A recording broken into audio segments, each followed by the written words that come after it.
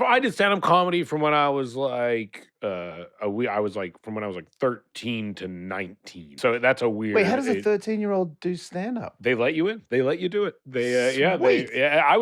I'm from Canada, so maybe the rules were like a little more laxed in general, I guess. But yeah, I would go and I would have to stay backstage. Eventually, some of the places would let me hang out. I would hang out with the comedians and shit. Did like you that. have 13-year-old friends that were into stand-up too, or was this a solo No, mission? there was actually like one. It's funny. I just looked him up recently. There was like one other like kid who did stand-up comedy, and I like hated him, and I thought he sucked, and it like drove me Because he was the mad. main competition? Right. Well, he wasn't even good. Honestly, no, he wasn't really competition. Truthfully, I was much better than him, and like we were not in the same like place with it. And I did it much more than him, and did it much more regularly. But every once in a while, I would see him, and by this point I was maybe like 15, and he was like 15 also. Yeah. And you know, there's not a lot of 15-year-olds doing stand-up in Vancouver, and yeah, it like drove me nuts every time I saw him.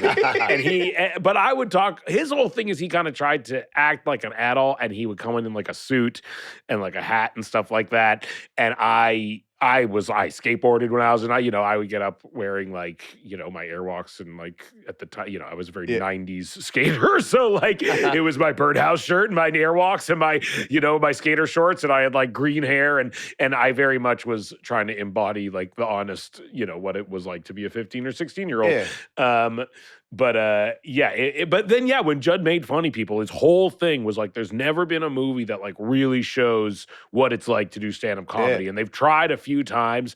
There's that movie with Tom Hanks, Punchline. That's like famously like bad example, supposedly, of what it's like to do stand-up comedy. And something Judd would always reference is they have lockers in the back of the comedy club in that movie. And he was always like, what? Where do they have lockers? Like, what is this? Like, how do you earn a locker? Yeah, like, how do you get a locker? What is the hierarchy of lockers?